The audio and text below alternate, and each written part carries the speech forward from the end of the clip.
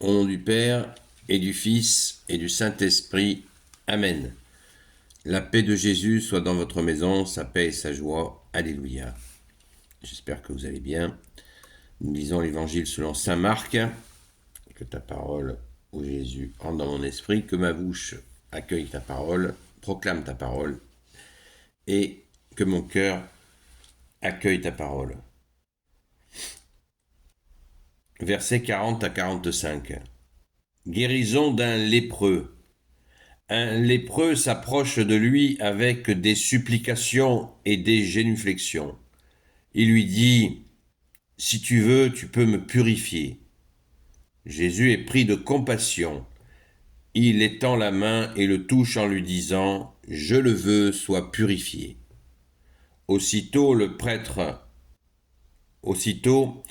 la lèpre le quitte, il est pur. Mais Jésus le sermonne et le met dehors en lui disant « Surtout n'en parle à personne, va simplement te montrer au prêtre, et présente l'offrande pour ta purification comme Moïse l'a ordonné. Tu feras ainsi ta déclaration. »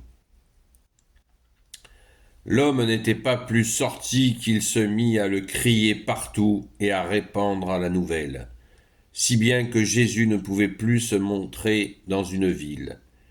Il restait à l'écart dans les lieux déserts, même ainsi on venait à lui de toutes parts.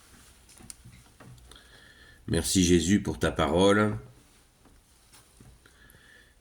On mesure bien des choses à cette lecture. Il semblerait qu'on soit toujours dans le commencement de la vie publique de Jésus, comme je le disais avant-hier, hier et encore aujourd'hui. Jésus, il va doucement.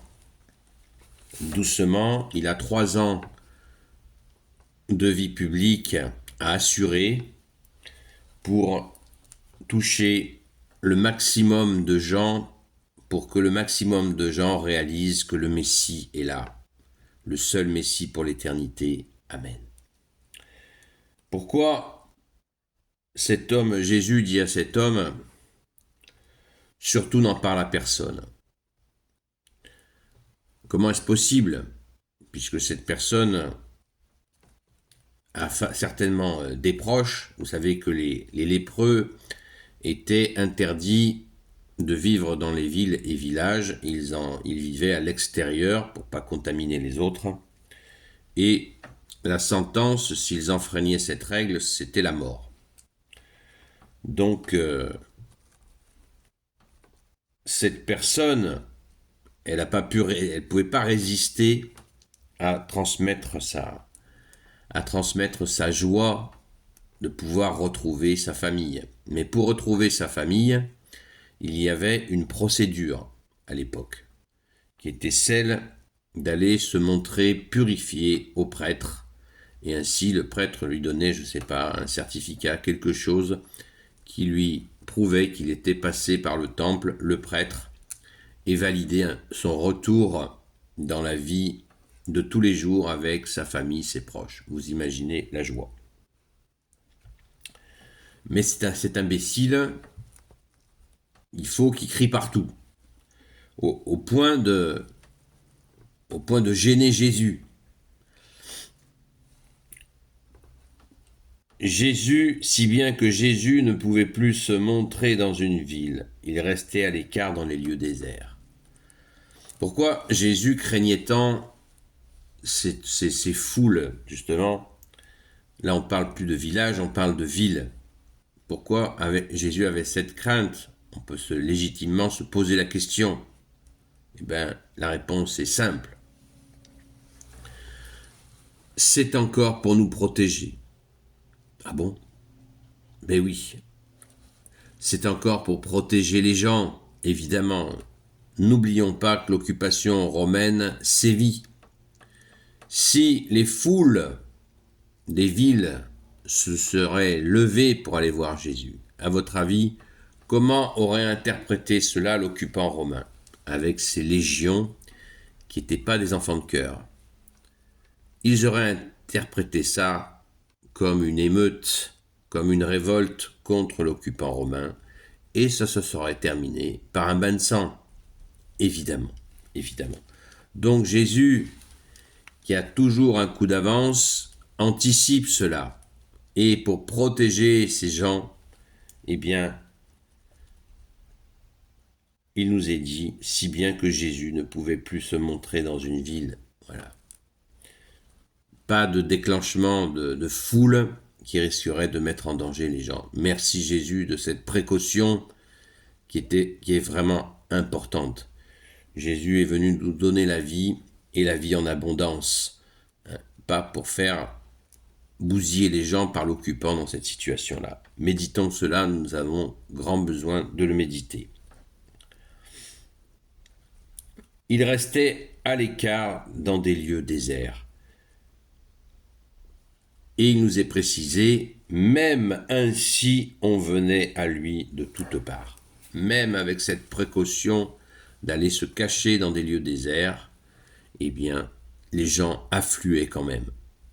C'est dire la notoriété, comme elle est partie comme une traînée de poudre, comme on dit, et cela nous remplit de joie de voir que les gens avaient compris par ces miracles la puissance que Jésus a, comme Jésus le dira à ses détracteurs, si vous ne croyez pas en moi, croyez dans mes œuvres. Nous pouvons parfaitement adapter cette parole à aujourd'hui. Régulièrement, des gens me disent, mais comment croire? Eh bien, si tu ne crois pas en Jésus le Christ Jésus, comme dit le grand Saint Paul, eh bien, tu crois aux œuvres. Tu crois à toutes les œuvres. Ouvre les yeux et tu verras les œuvres de Jésus. Tu verras comment la France, fille aînée de l'Église, a été façonnée de ses mains. Tu verras les miracles, les réalisations, les cathédrales, les églises, les chapelles perchées sur les montagnes, les hôpitaux, les universités, tout ce mouvement qui vient de la même personne, le Fils de Dieu, Jésus le Christ Jésus. Amen. Donc, vous allez me dire, c'est facile de dire, ben, le lépreux, il aurait mieux fait de se taire. C'est facile à dire, bien entendu. Mais bon, on voit, il faut quand même réfléchir aux conséquences que peut avoir nos actes, même dans la joie. Nous pouvons faire du mal, donc il faut faire attention. Et notre joie, elle est avant tout intérieure. Ne l'oublions pas, intérieure. Amen, merci Jésus, par ta grâce, car c'est à l'intérieur que nous te rencontrons. Ô Jésus, merci ô Jésus, et nous savons que tu te laisses trouver, parce que tu nous l'as dit. Apprenez que je suis doux et humble de cœur. Amen. Merci Jésus, gloire à toi. Alléluia. Béni soit le Père, le Fils et le Saint-Esprit. Amen. Ô Jésus, toi qui peux tout et qui portes tout, toi le Sauveur, toi l'Emmanuel, je te confie toutes celles et ceux qui regarderont cette vidéo ainsi que leurs proches selon ta seule volonté, ô Jésus. Sainte Marie, Reine des cieux, toi l'Immaculée Conception, toi qui écrases le serpent, toi qui as la lune sous tes pas, toi notre Mère Notre-Dame.